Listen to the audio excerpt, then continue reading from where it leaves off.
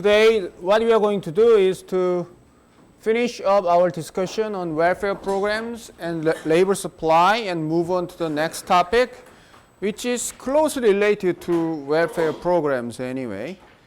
So what we have done last class was basically to look at what are the effects of welfare programs on labor supply, and then the theoretical results is that the welfare program will reduce labor supply of the recipients. Okay, so that's what we learned in the last class.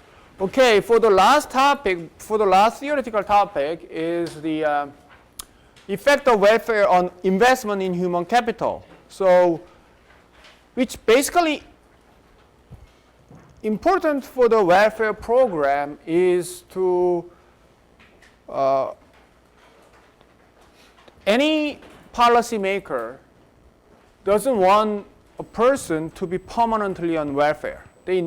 What they want is that they should get out of welfare and then should be independent on their own and make a living. So what's important here is that we have to help these people to raise their human capital. So human capital basically you can think of as, for example, education or training, right? Those kind of things they should get and then become more employable and get higher wage and hopefully to get out of welfare. So what's important here is that what are the effects of welfare programs on investment in human capital? For example, the question here is whether the welfare program can increase investment in human capital or decrease investment in human capital. Okay.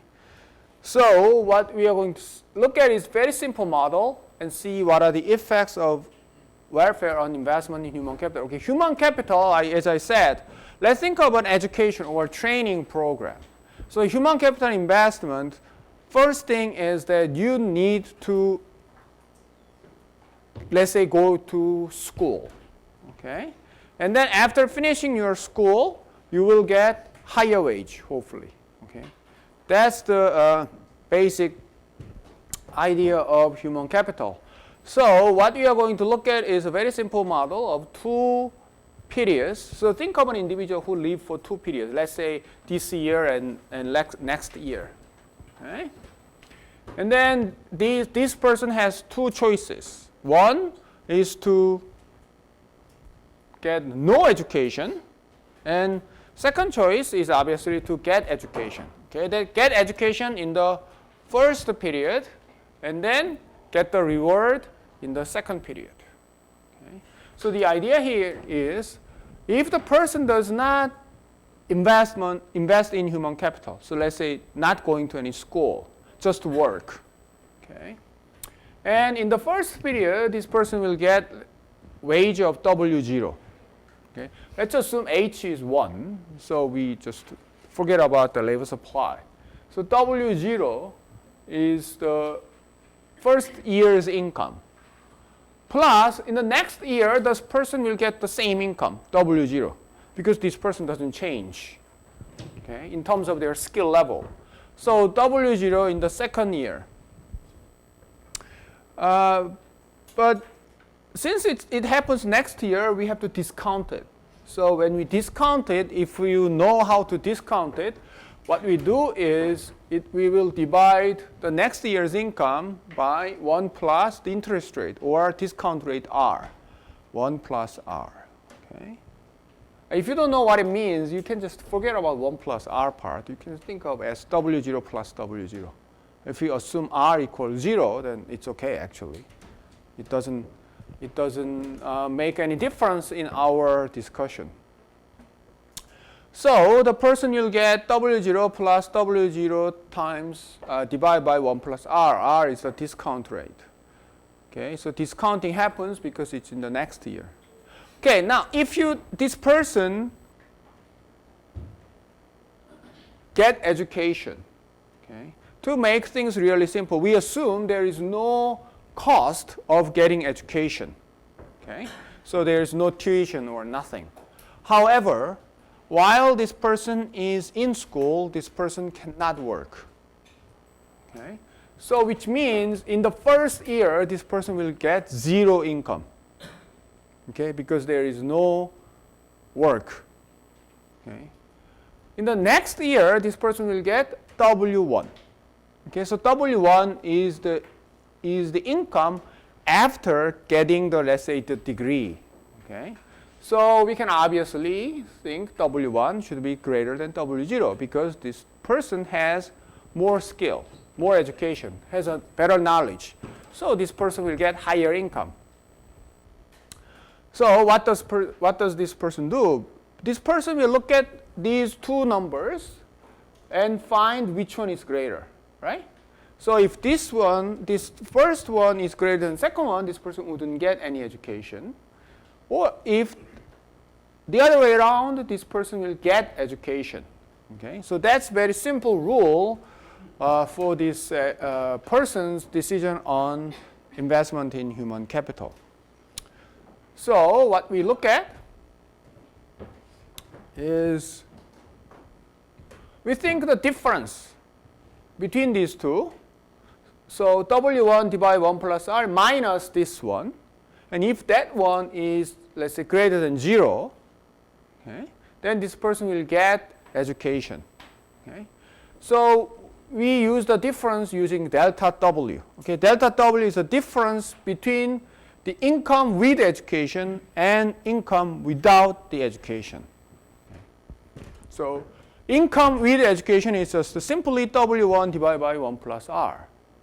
And income without education is W0 plus W0 divided by 1 plus R. We make a difference, and obviously that this is the equation that you will get. So W1 minus W0 divided by 1 plus R minus W0. Okay, it's a simple difference. Get it? Okay. So you can think of as this as a net return on education. Okay. If the net return is positive, the person will get education. If the return is negative, the person wouldn't get any education. Okay. So this first part is just the increase in this person's income with education and without education. Okay, this is increase of income part. And W0 is actually, you can think of it as a cost. Opportunity cost of getting education.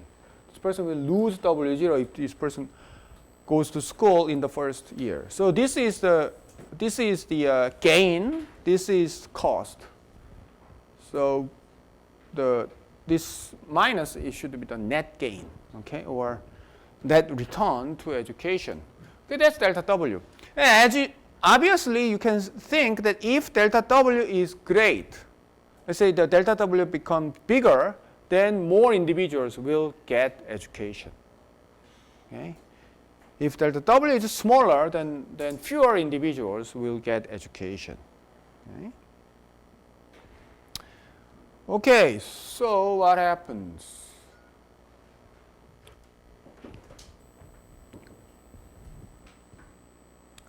Now, if we think, now let's introduce the welfare into this individual's decision.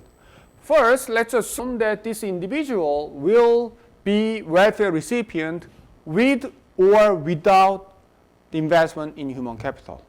So it doesn't matter whether this person has education or not, this person will be the welfare recipient. So which means that W1 is not high enough to make this person to be out of welfare. Okay. Then what? Okay, so with welfare, if the person gets education, okay, in the first year, this person will get G. Because this person doesn't have any income, this person would just get the maximum benefit of G. Okay? And plus, in the second year, this person will get G plus 1 minus T W1. Okay? This is just is it plus or minus?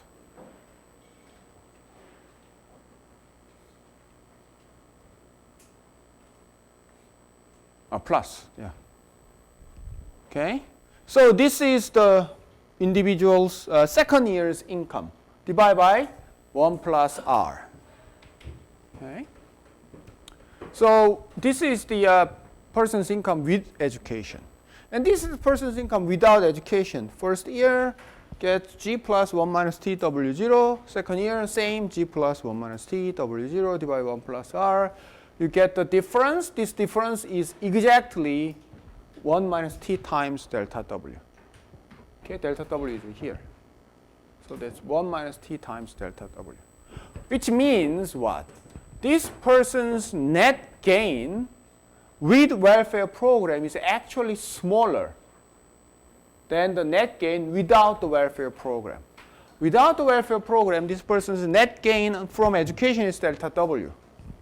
With welfare, it's actually 1 minus T times delta W. This should be smaller than this one, unless T is 0. Okay? Which means actually welfare program will make the individuals less likely to invest in human capital. Okay. The reason is actually, in a way, quite simple. Because with welfare, when you have higher income, okay, you have to pay implicit tax, right? So because of that implicit tax, okay, gain from more education is actually smaller. Because of that, the individuals will have less incentive in investing in human capital. Okay? So that is kind of, in a way, it's kind of depressing result. So participants in welfare program, okay, and they are less likely to get training or education, okay, than those who are not receiving the welfare program. Okay, so that's the result.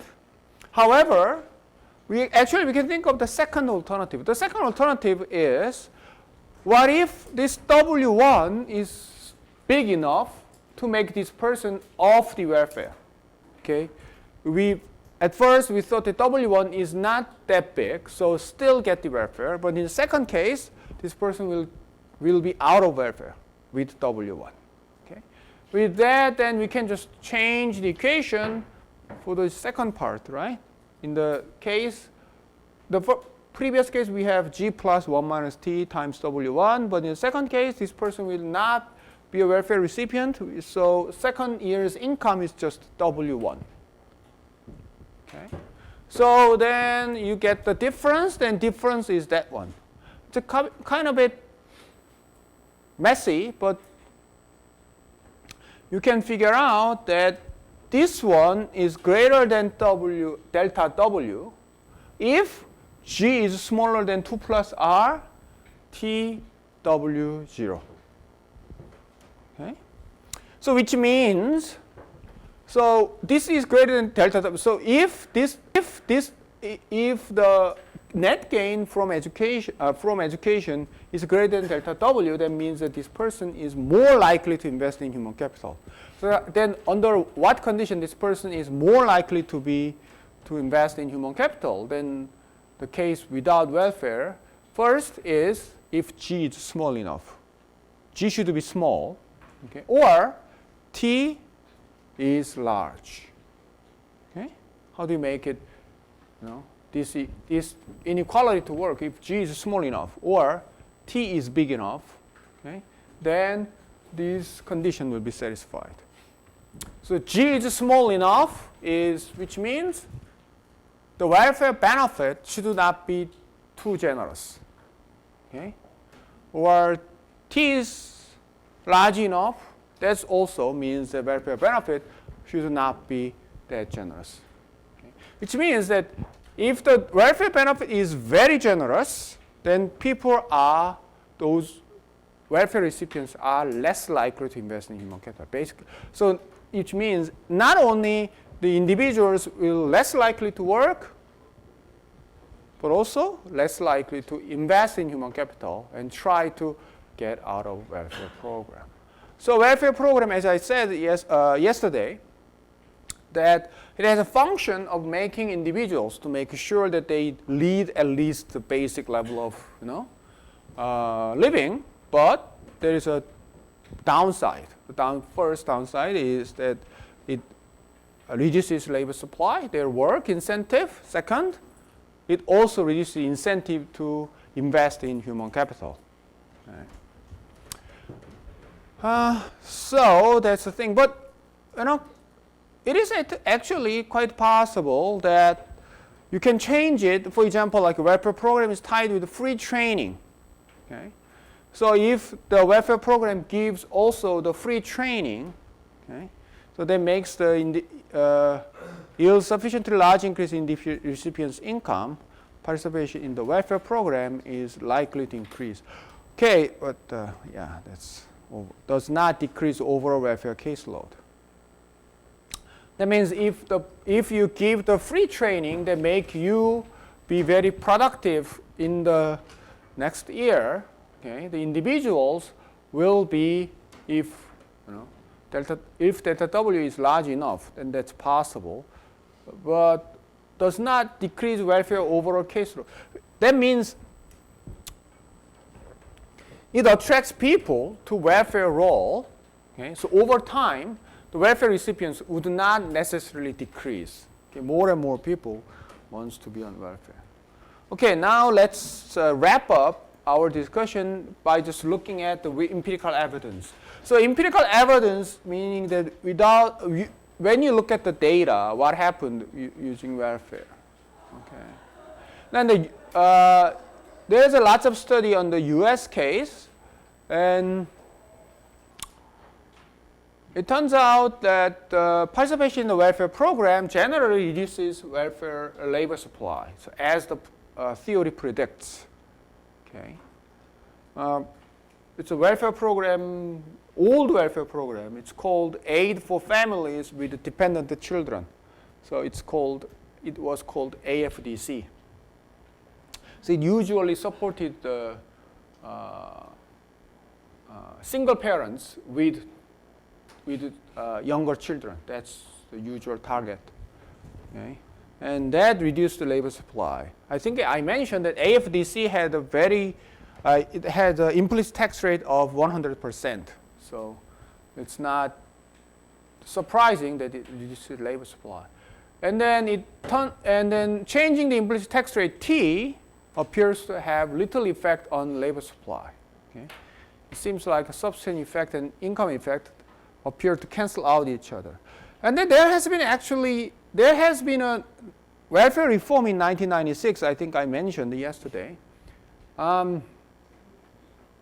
It was during the Bill Clinton's presidency.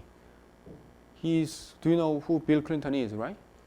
He's the husband of Hillary Clinton. Hillary Clinton used to be the wife of Bill Clinton, but now it changed. Their position changed. So Bill Clinton is the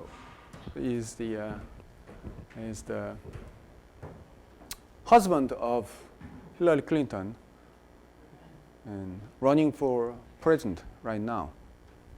Anyway, so during his era, they changed the AFDC. Basically, they abolished the AFDC and they set up the program called Temporary Assistance for Needy Families. So call it TANF. Okay, TANF is a program, as I think mentioned yesterday, basically it introduced time limits. So 60 months over lifetime. Actually, it may differ in the US from state to state. Okay, so 60 months is federal case, but a state welfare program may have different time limits. And work requirements, okay, and then it devolves responsibility with, okay, I'm not going to talk about much. But the thing is that AFDC, in the US, it's quite important distinction between federal and state responsibility, their programs. Some in the US, it's a bit confusing that some programs are federal programs, some programs are state programs, and then there has been always debate whether federal government should have stronger control over state government or what. So those things are always discussed in the U.S.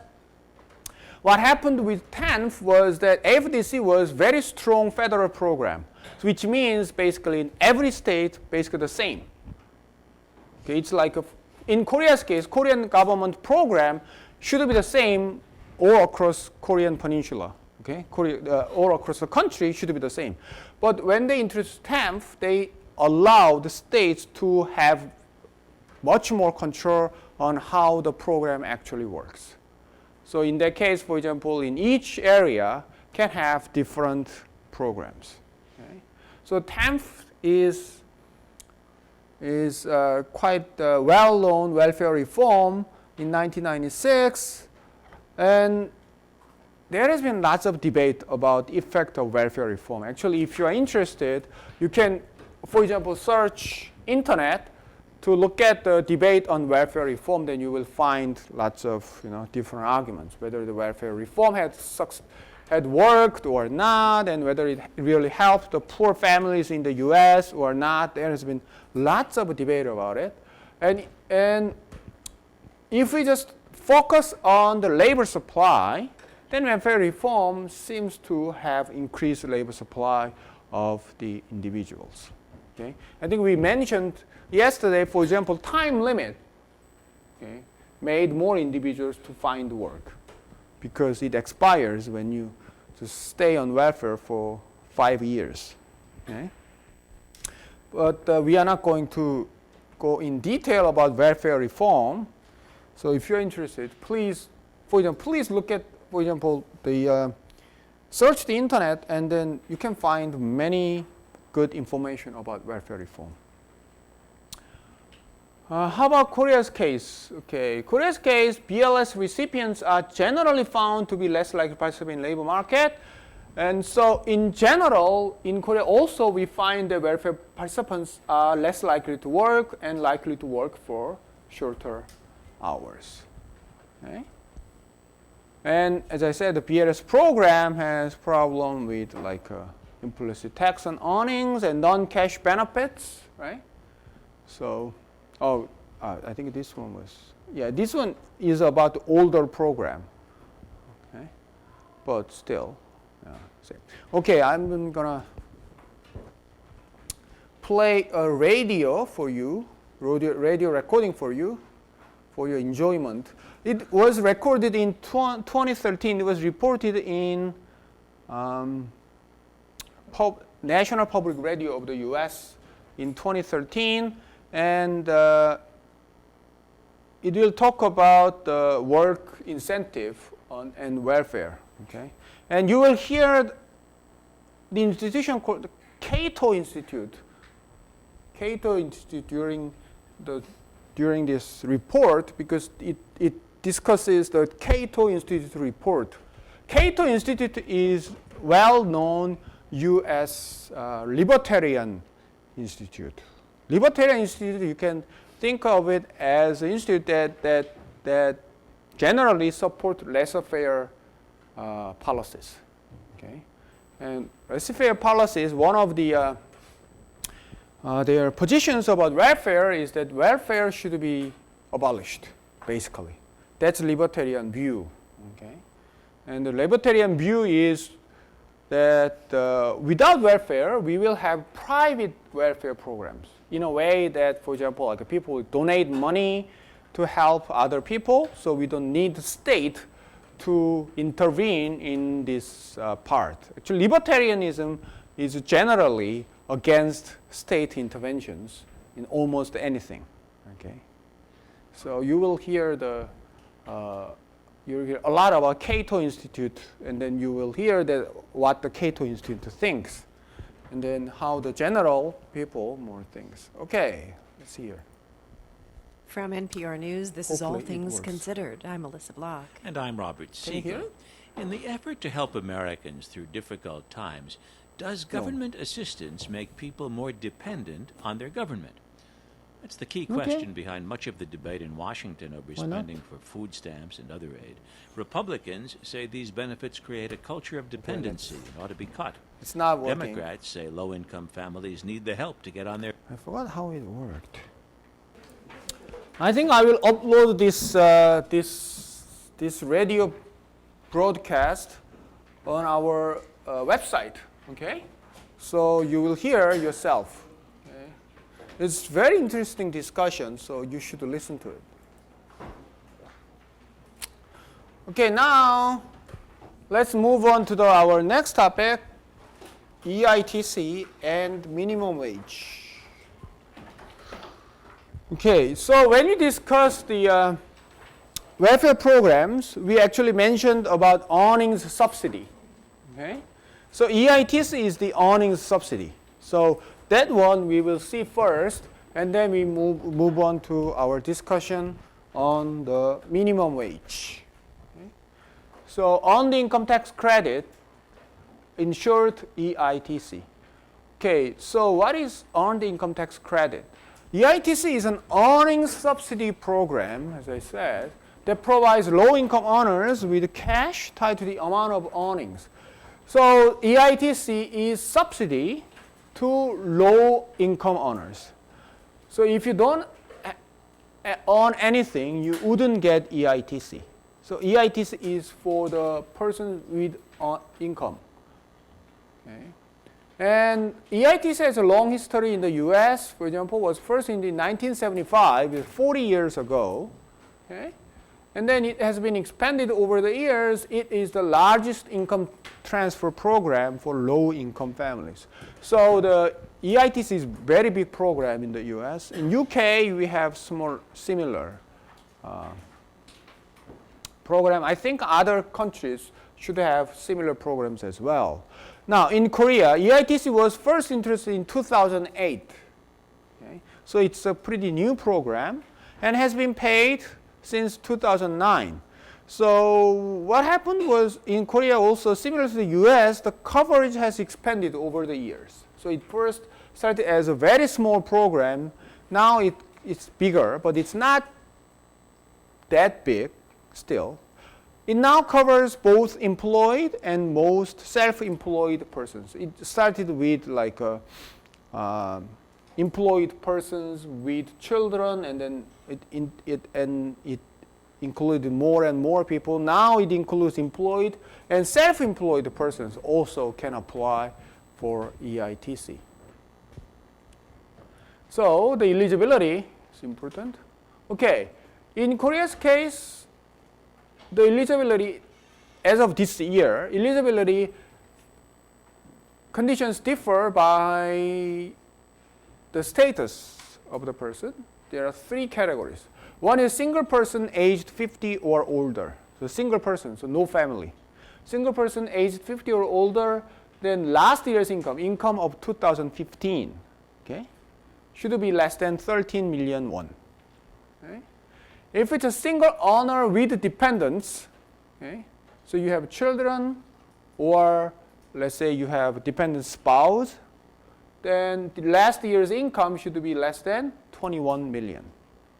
And households with two owners, okay, let's say the husband and wife both work, their last year's income below 25 million won, you can apply for EITC. And how do you define owners? Actually, when they define owners in Korea, each owner should have earned no less than 3 million won last year. So to be classified as owner, you should earn at least 3 million won for whole year. So it's not this big amount of money. It's less than $3,000 per year. Okay, so this is the income eligibility condition. Okay. And there's an eligibility condition about wealth. So ownership of no home or only one home. So if you have two homes, you cannot be eligible. And total household wealth should be less than 140 million won. So there is a formula to calculate the household wealth. And interestingly, if your wealth is 100 million or more and less than 140 million, you will get only half of the EITC amount. Okay? And you should be a Korean citizen. Okay? So that is the eligibility condition. Okay, what happens in this case is that eligible persons should apply in May. So, for example, to get EITC benefit this year, the person should have applied for it in last May. Okay? And if they apply late, the government will cut your benefit by 10%. Okay? So this one is dependent upon your last year's income, last year's reported income to tax authority of Korea. Okay? Get it? So in the future, you should pay attention whether you are eligible for EITC. Okay? I hope you are not eligible for EITC. Okay? But who knows? And anyway, this may go up. The numbers change every year. Okay? So this is just this year's. I think it has been like this way for the last 3 years, but anyway, it will change. And then they will change eligibility condition. Okay, okay, so that's the thing. Okay, then how they calculate EITC amount? It's a bit complicated. There are 3 classifications. Basically, what it works is, let's say, for example, single person household, if your income is less than 6 million won, then EITC is earnings times 70 divided by 600. Okay? So what it means is, as long as your income is less than 6 million, when you earn more, EITC will be bigger, right? Because earnings times, so it's a fixed percentage of your earnings. So when you have higher earnings, your subsidy will be bigger. Okay? If you're single earners, basically the same structure, okay? Just the numbers are different, basically the numbers. But so in the first phase, let's call it this phase. First phase, the subsidy will be greater as your income goes up. Earnings will go up. Obviously, if your earnings is 0, you get nothing. Okay? If your income is 6 million to less than 9 million, you will get fixed amount of 0.7 million won. Okay, so no change, just 0.7 million won. And then 9 to 13, third phase, what happens is your subsidy will go down as you earn more and more. Okay? So if you reach 13 million, then subsidy will be 0. Okay? So there are 3 phases. One phase is, first phase, the subsidy increases with earnings. Second phase, fixed subsidy. Third phase, subsidy decreases as earnings increases. And then eventually it stops. Okay? Get it? Single owner with dependents, basically same idea, just numbers different. 2 owners, basically same thing. There are 3 phases: increasing phase, fixed phase, and then decreasing phase. Okay. Then as you can see that the numbers is, for example, if you are 2 owners, you get maximum 2.1 million won. This is the maximum you can get. Okay. As you think, it's not an actually small number. If you earn, let's say, 13 million won, like you get what? Just a little bit more than 1 million won per month. It is quite, I think it's not a small number of people who actually earn, it's not much, it's a little, but it's 2.1 million won is close to like 2 months of income, basically, for these families. So it's not a small number, even though it looks really small. So I think for that family, it's not a small number. 2.1 million can be pretty big. You know, if on more, just 10 million, then you get 2.1. So your income goes up by 20% by getting EITC. Plus there is a child credit. Okay, so if you have dependent children under age 18, then you will get basically fixed credit of 0.5 million won per child. So if you're, let's say, two owners with two dependent children, two young children, you can get 1 million won extra. Okay? So you can get, for example, up to 3.1 million won, which is not small number for these families. Okay? So if you draw EITC amount, it's going to look like this, basically. Okay? First phase, as you can see, that as your earnings increases, EITC will go up, increasing phase. And then you have fixed phase. Okay? So for this group, it's 2.1, for this group, 1.7, to this group, 0.7. And then when you earn more income, then it goes down. Okay? As you earn more. So this is a typical shape of EITC. US has basically the same shape. Okay? They have different numbers and different eligibility conditions, but how they pay is basically the same. Why? Because Korea copied US EITC system. Okay?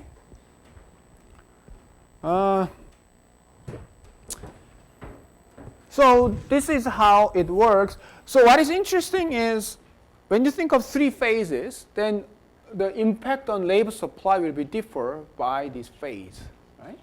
So in this case, this is like increasing your wage rate, right? Your wage rate is basically higher because you will earn more as you work more. And then this is what? It's a fixed amount you are given. And then what? You work more and more, your subsidy will decrease. So it's like welfare program. You earn more, your benefit will go down. So this is like welfare program. This is like just a fixed subsidy. This is like what? Wage subsidy. You get higher earnings. So there are, interestingly, like a mix of three things to one program. Okay, I mentioned the child tax credit. In Korea's case, actually, interestingly, EITC used to have like a mix of things, but in 2015, they introduced child tax credit separately. And then as I said, that if your income is, if you're eligible for EITC, then you will get 0.5 million won per child, the mixed amount. Okay, but actually there is a separate eligibility condition for child tax credit. And with dependent children under age 18, okay, that's I mentioned. And last year's parental income should be less than 40 million won. It's not small. It's actually pretty big, 40 million won. Okay? So, you know, in the future, when you become a parent, you may be eligible for child tax credit. Okay? So 40 million won is not a small amount of money. Okay? It may go up, actually, even in the future. And you should not be a recipient of livelihood allowance. Okay? You should not be a welfare recipient. Okay? To get child tax credit. And the same condition for wealth as EITC, and the same condition for the application. Okay, what matters here is that the eligibility condition, the income condition is much bigger for child tax credit. Why? Because child tax credit is partially as a program to promote more children. Okay. Now, Korea is suffering from very low fertility rate. So Korea's actually population is expected to start to decrease pretty soon. Okay. So the Korean government is spending lots of effort to try to increase number of children born each year. So one of the things they try is child tax credit. Okay, how it works? Okay, it's a bit complicated. Okay, but thing is pretty, actually, in a way, actually quite simple. if you are, these are less than 21 million won. So if you are eligible for this, is basically same as the eligibility condition for EITC. There is no single person, because single person by definition cannot have dependent child. So single owner with dependent children or two owners with dependent children, if you are eligible for EITC, you will get fixed amount of 0.5 million won. Okay, as I said. Now how about your income is greater than the EITC, but less than 40 million won? What happens, the formula is pretty strange, but what is basically the benefit will gradually reduce to 0.3 million won per child. So it starts from 0.5, and as you earn more, the child tax credit will be smaller and smaller. At the end, it will become 0.3. Okay, so you will get at least 0.3 million per child if you are eligible for child tax credit. Okay? So this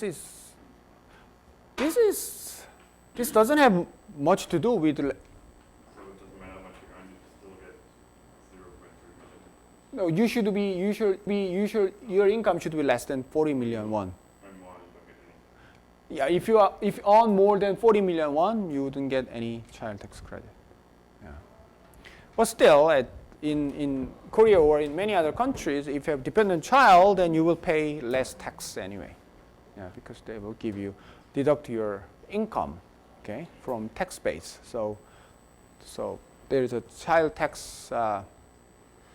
In general, is people with dependent children pay less tax, lower tax. But this is extra. This is just extra cash for people with dependent children. Okay? So this one has little to do with labor supply, okay, because it basically related with the number of children anyway. But since it mentioned the child tax credit, I just explain what it is. Okay? Okay, so how about the number of recipient households and amount of EITC? As you can see, that number of households has increased over time. And the starred ones are the years where the coverage has expanded. So it jumped when it happens. So now it's actually pretty big. 2.3 million households got EITC benefit. So this is huge number, 2.3 million won. 2.3 million households. How much the Korean government is spending? Last year, the government spent 1.7 trillion won for EITC. Okay. How much was average? Actually, average is not that big. Okay, 730,000 won, or 0.7 million won. Okay. But anyway, it's a pretty big program now. Okay. I think one reason is that I think it includes child tax credit into this number. Okay. So this is the 1.7 trillion won. It's not that big because the Korean government is spending 4.7 trillion won for BLS program, welfare program. So welfare program, Korean government spend 4.7, and EITC they spend 1.7. So actually the EITC is much smaller than the welfare program. Okay. In the US, actually the reverse. EITC program is much bigger than the welfare program. Okay. So this is about 0.7 on average. And actually, Korean government, the plan of Korean government is to expand the EITC program even further. Okay.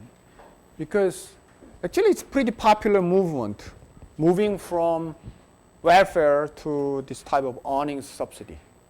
Because earnings subsidy is considered to be a program that rewards working.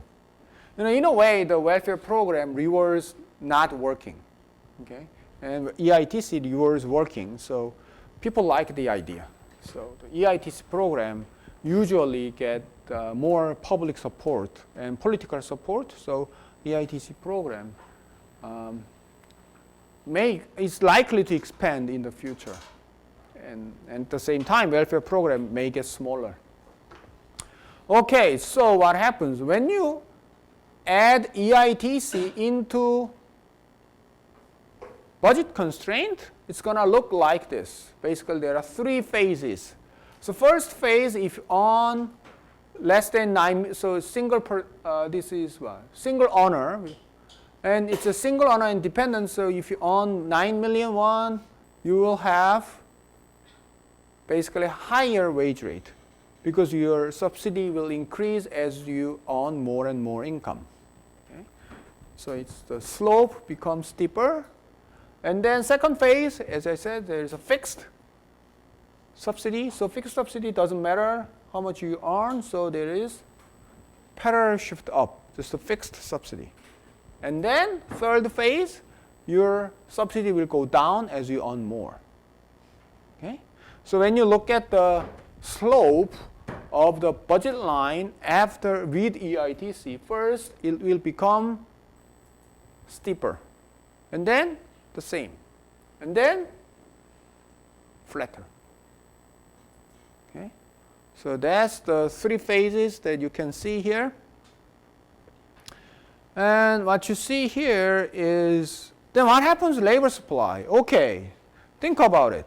First,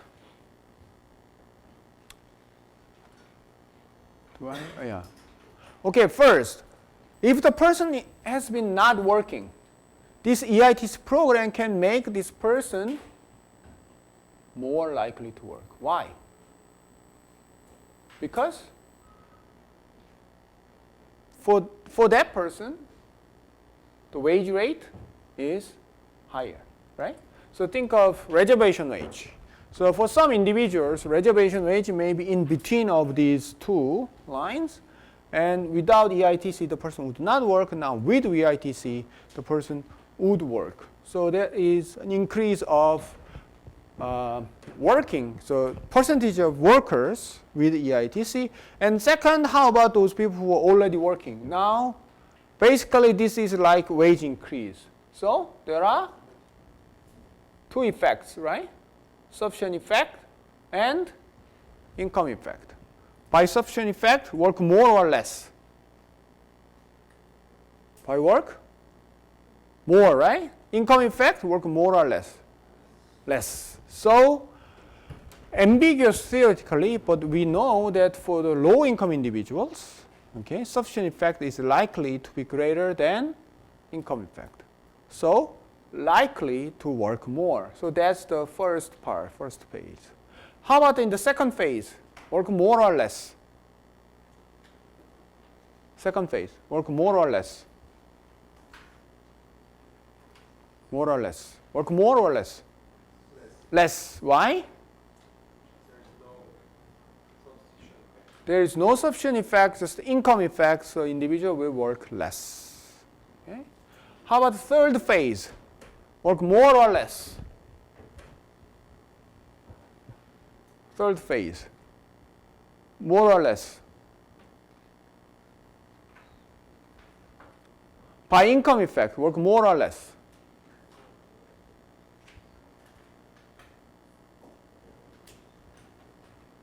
Income effect, work more or less? Work less, why? Why? Why work less?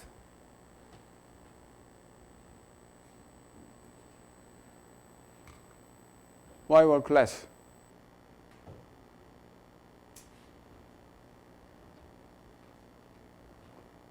Because the individuals have higher income.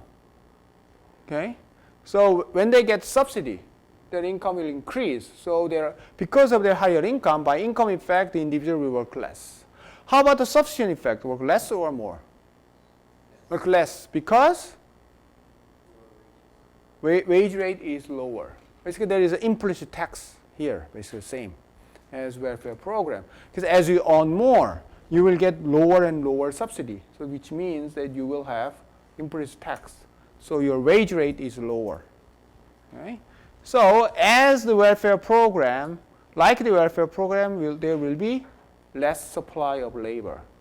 And then there is a last part, those who were here, right?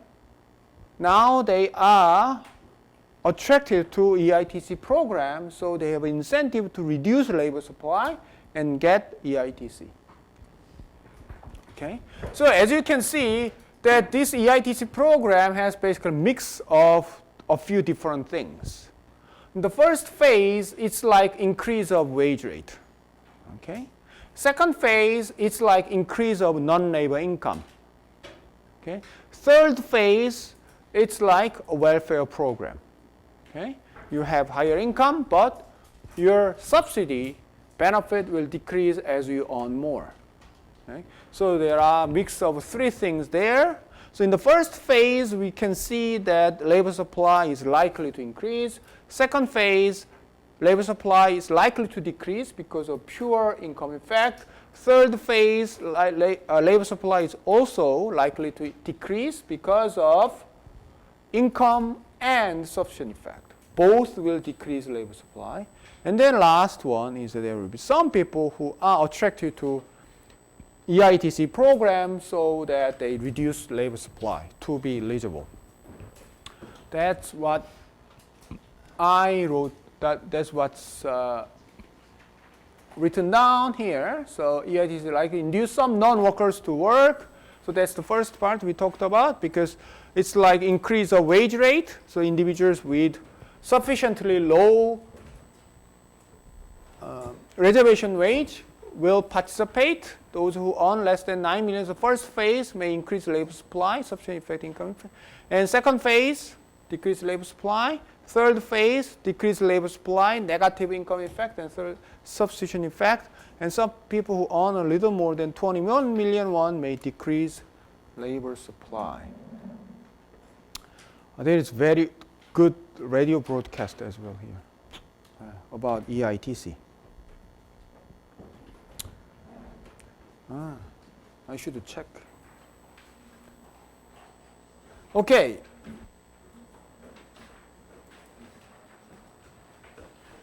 So we covered EITC. Okay. So EITC is like a welfare program, but it actually rewards work. Okay.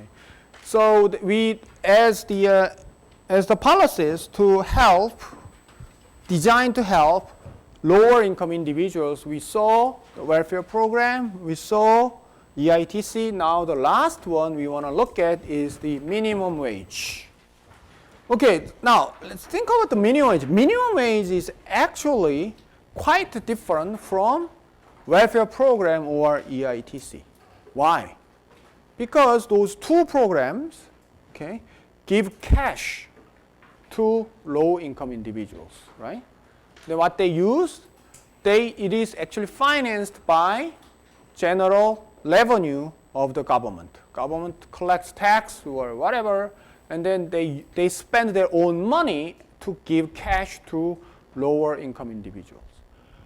Minimum wage is totally different, right? Minimum wage does not give you cash, right? What does it do? Basically, it regulates the market to set the minimum price on labor, basically. No?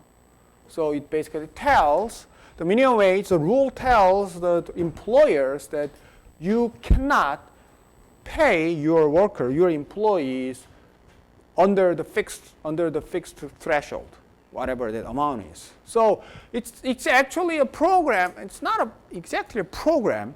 It's actually a regulation, and then it's often basically it seems like have the same purpose as like a welfare program, or actually it's in a way it's very close to EITC, because in the sense that if you don't work, you wouldn't get minimum wage or whatever. Minimum wage is related only to workers. So it can be quite, in a way, it can be thought as similar thing to EITC, but if you think about it a little more, it's actually quite different programs. Okay? EITC is basically a cash transfer program financed by general tax revenue, and EIT and minimum wage is not such a thing. Now let's look at the minimum wage. So minimum wage is a simple, in a sense, it's a simple regulation. It's a law. Okay? You should not pay less than certain amount of money to your employees. Okay, in Korea's case, the minimum wage law was passed at the end of 1986 and went into effect on at the beginning of 1988. So it has a long history, about 30-year-old law. Over the years, the minimum wage has actually the coverage has been expanded. In 1988, when it first started, the firms in the manufacturing industry that hired 10 or more employees, they were only the ones who should pay the minimum wage. And actually, it's quite a small number. Because 1988, if you think about Korea in 1988, was actually much more, compared to this year, it's very poorer country. And then there are not many firms that actually hire 10 or more. Okay? It's very small enterprises only. But anyway, it started very small. 1989, it extended to mining and construction industries. 1990, it extended to all industries. And then September 1999, extended to firms that hire 5 or more employees. So now the coverage got bigger and bigger. And November 2000, extended to all firms. So no matter what the size is, no matter what your industry is, you should pay the minimum wage. At least 2000. November 2000. Okay? So that's what happened. Now what happens in Korea about the minimum wage? It may be adjusted yearly. Okay. Every year, actually, we have a meeting of minimum wage council. Okay. So in the spring, usually, they meet up. These are actually the 27-member committee, and 1/3, 9 people, recommended by the labor union, 9 by the employers, and 9 by the government. This last third is the neutral party, you can think. First group is like a labor side, and second is employer side, and the last one is the neutral one, theoretically. So that's what council does. And then what does council do is that they meet up and then they debate for a couple of months and they decide on what should be the next year's minimum wage. Okay? And that's what we repeat every year, pretty much. And basically the same thing. The labor side wants very high increase, large increase, and employer side usually wants lower the minimum wage sometimes. At least they want to just to keep the same level. Okay, they fight over these numbers all the time, and then they all mad, and then they go out, and then this last third, basically, they decide things themselves, and then tell them you accept it or not, or whatever happens. At the end, we have numbers. Okay, we never have failed to have number. Okay, we always have numbers. Okay, what happens if the employer violates minimum wage law? If the person basically pay the wage less than minimum wage, they may get imprisoned up to 3 years. So there is a penalty. It's a criminal offense to pay lower than the wage lower than the minimum wage, up to 3 years, or fined up to 20 million won. Okay, it's a serious offense when you look at it. The thing is, almost nobody actually get this penalty. Why? There is a reason why. Okay, so, but there are exceptions. Exceptions are, first, the trainees employed for less than 3 months. You don't have to, these individuals may get the wage lower than the minimum wage. Employees with disability may get wage lower than the minimum wage. And some employers that provide the Ministry of Labor may pay less than the minimum wage. Okay. This one is very small. Okay, so what are the exceptions? The idea is that these people are not their productivity is lower than the, let's say, typical employees. So it's unfair to pay the minimum wage as same. No, the idea is this. Let's say if you make employers to pay the employees with disability the same wage, and then employees with disability are likely to have lower productivity. And then if you have to pay the same wage, no one want to hire people with a disability. Okay, so that's the idea behind this exception. Okay, these exceptions are actually pretty similar across the countries. Most countries have similar exceptions, and the people with disability will get the different benefits. Okay, there are disability benefits, so it's different. Okay, questions? So there's a few exceptions, and by the theory, you should get at least the minimum wage. The level of minimum wage over the years, as you can see, that it has been increasing pretty much every year. So the red one gives you the nominal minimum wage, and yellow one gives you the real minimum wage using 2010 base. So if the price level is fixed at 2010, then the minimum wage is going to look like this. Okay? And what you can see here is that it has been increasing pretty much every year. This year's minimum wage is a little more than 6,000 won per hour. This is hourly wage rate. So I think it's a 60-30. Okay? So if you look at the real level, it also has been increasing. There are some years that it has been actually flat, but over most of the years, it has been increasing. Okay, this is the ratio of minimum wage to average wage. So it's just the minimum wage divided by the average wage in the statistics. What you can see here is it has been increasing over the years. Okay, and now it's about 45% of the